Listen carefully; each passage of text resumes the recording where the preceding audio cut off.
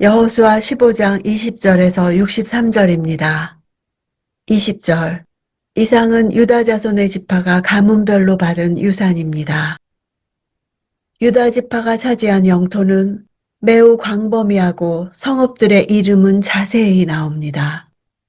이것은 이스라엘 안에서 유다 지파가 차지하고 있는 특별한 위치를 반영하며 유다 지파에 대한 하나님의 약속의 성취를 보여줍니다.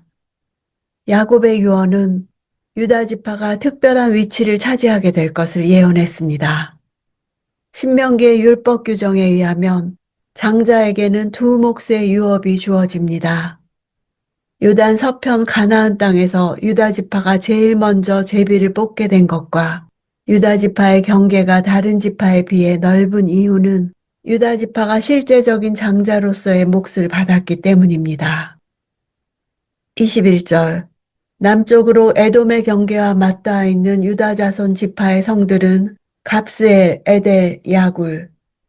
유다 성읍들의 목록이 남쪽부터 시작해서 평지, 유다 산지, 사해 광야 지역의 순으로 소개됩니다. 목록에 등장하는 유다 성읍들의 숫자는 122개이며 이 가운데는 시므온 지파의 성읍 9개도 포함되어 있습니다. 시므온 지파의 기업이 포함된 것은 후에 시므온 지파가 유다 지파 경내에서 기업을 받았기 때문입니다.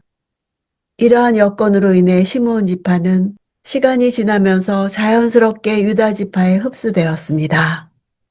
남쪽 지역, 즉 에돔의 경계와 맞닿은 성읍들은 유다의 중심에서 가장 멀리 떨어진 지역에 위치한 성읍들입니다. 28절. 하살수알, 브엘세바, 비스요다.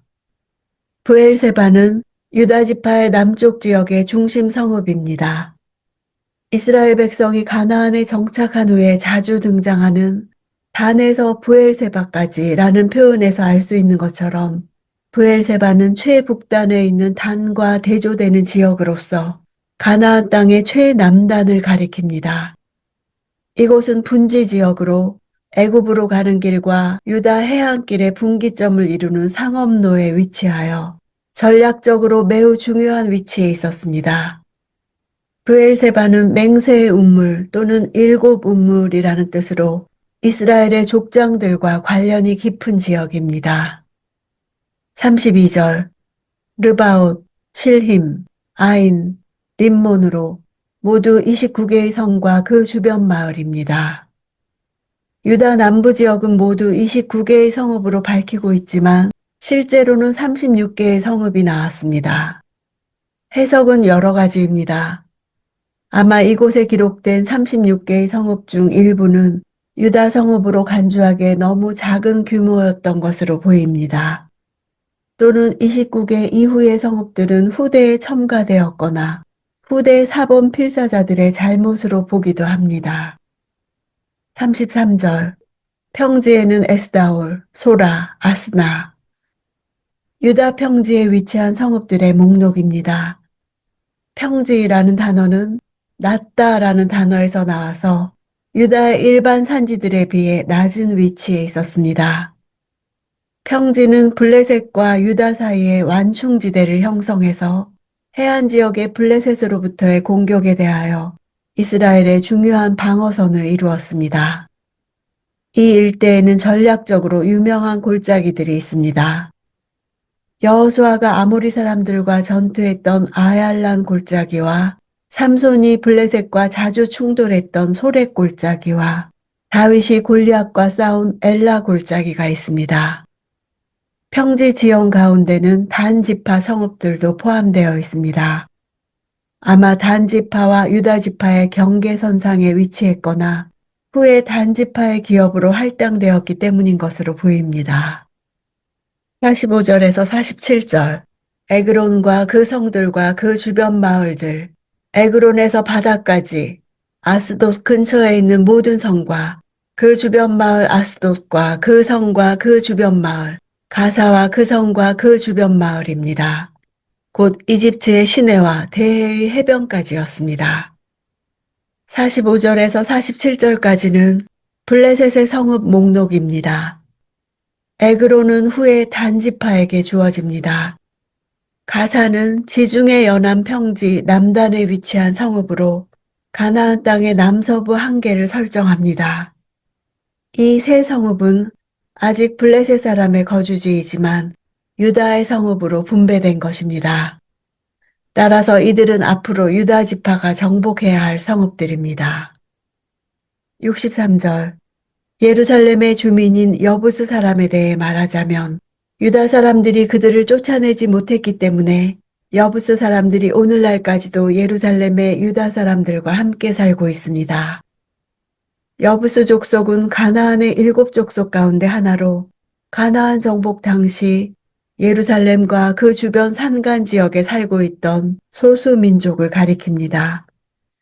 여호수아와 이스라엘 백성들이 아모리 족속 5왕들과 함께 여부스 왕 아도니세덱을 처형했지만 예루살렘에 거부하는 여부스 족속을 쫓아내지는 못했습니다.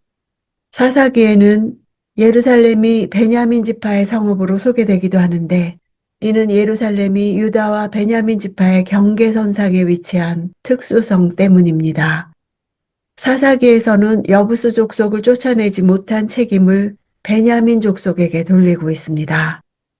유다 지파와 베냐민 지파가 여부스 족속을 쫓아낼 수 없었던 이유는 단지 군사적인 능력 부족뿐 아니라 오히려 하나님에 대한 믿음과 언약에 대한 확신이 부족했기 때문입니다. 예루살렘은 기드론 골짜기와 흰놈의 골짜기 사이에 있는 난공불락의 요새로 어느 지파에 의해서도 정복되지 않은 성읍으로 한참 동안 남아있다가 다윗 왕 때 가서야 비로소 정복됩니다. 어느 지파에도 속하지 않은 독립적인 땅이었기 때문에 다윗이 온 이스라엘을 다스리기에 이상적인 장소로 정치적, 종교적 중심지가 되었습니다. 유다 지파의 기업에 대한 기사는 유다 지파의 실패담으로 끝을 맺습니다. 여부스 족속이 예루살렘의 유다 족속들과 함께 살았다는 것은 단지 공간만 공유했다는 의미가 아니고 여부스족의 이방신 숭배 사상이 유다 지파에 영향을 미쳐 그들의 여호와에 대한 신앙까지 퇴색시켰음을 의미하는 것입니다. 결국 가장 강력한 유다 지파마저 땅 점령에 있어서 완전하지 못했음을 언급하므로 이스라엘의 실패를 예고하는 기능을 합니다. 이스라엘 지파들의 가나안 땅 점령 실패는 다른 지파들의 경우에도 반복되는데 뒤로 갈수록 점점 더 심각해집니다. 이것은 결국 사사시대의 총체적 실패로 이어지게 됩니다. 분배되었다고 해서 그 땅이 저절로 그 지파의 땅이 되는 것은 아닙니다. 지금도 하나님은 모든 사람에게 공평하면서 섭리적으로 기업을 주십니다. 그 기업을 통해 하나님 나라를 드러내기 원하십니다. 제비 뽑아 땅을 분배해 주신 것은 하나님이 이 땅의 절대 주권자시라는 것입니다. 전쟁을 통해 힘껏 얻은 땅이 아니라 하나님이 주신 땅인 것을 인정하게 하기 위함입니다. 아울러 하나님이 주시는 것만이 진짜 복이라는 것입니다. 이 땅의 절대 주권자가 하나님이시라면 나아가 백성들의 미래도 하나님이 책임지신다는 뜻입니다. 우리도 그 약속을 받은 사람들입니다. 내게 정해주신 기업을 통해 하나님만이 진정한 복이시라는 사실을 알기 원합니다.